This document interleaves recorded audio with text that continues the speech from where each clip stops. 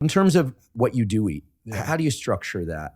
In terms of when you look down at a plate, you've done these, you've described this before, but I think it's just a beautifully simple description because I think a lot of people don't want to do calorie counting and all this. And I have what I call a plate method, and it's just simple because it works for me. When you have your plate, you just simply look at it as like a clock, right? And if you just make a 9:20 on the clock, so one arm goes over to the 9 and one of the arms goes over to 20, because you're going to make a line towards 12 o'clock too. And the largest portion is going to be your fibrous carbohydrates. So that's the green vegetables, right? So whether it be broccoli or Brussels sprouts or asparagus, those are the ones that give us a lot of the micronutrients we need. They're the ones that are generally accepted as more healthy. And they're also going to provide the fiber that's going to be both beneficial in terms of its impact on insulin and also just through filling you up, right? And then I take the next largest portion of that and I devote that towards protein. And I think it's really important, especially for anybody active.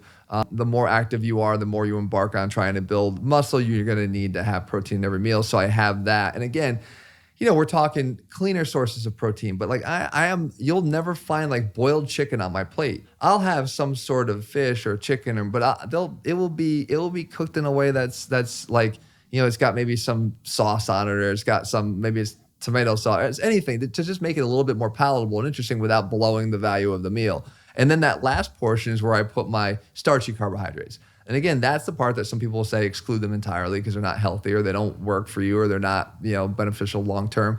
For me, like most people, my body craves those carbohydrates. I choose things like sweet potatoes, which is my favorite, or I'll have rice or I'll have pasta. I will have those things. I'm not excluding them, but I don't put them in the portions that you would generally find. No plan is going to work if you're eating stuff you don't like. It's not going to work forever. Nothing will. You have to really enjoy what you're eating. As long as these variations of this meal are something that you really enjoy, and there are limited versions of them, the reproducibility of that is simple. I hate to say it, but it's a lot less scientific than we want to make it.